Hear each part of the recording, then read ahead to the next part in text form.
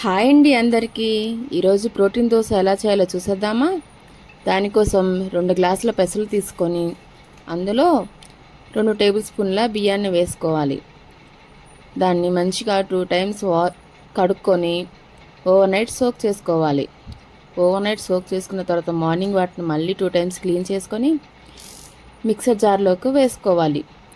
వాటితో పాటు కొద్దిగా అల్లము, పచ్చిమిర్చి, జీలకర్ర కూడా వేసుకొని గ్రైండ్ చేసుకోవాలి.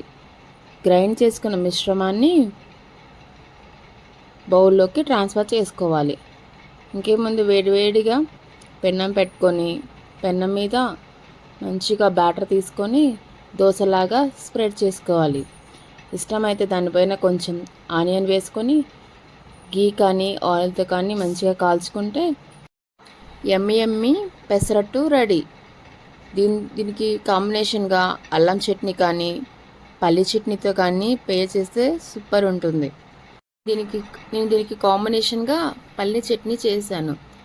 మీరు కూడా తప్పకుండా ట్రై చేసి ఎలా వచ్చిందో చెప్పండి. Thanks for watching. Please do like, subscribe to my channel. Thanks for watching friends. Thank you so much.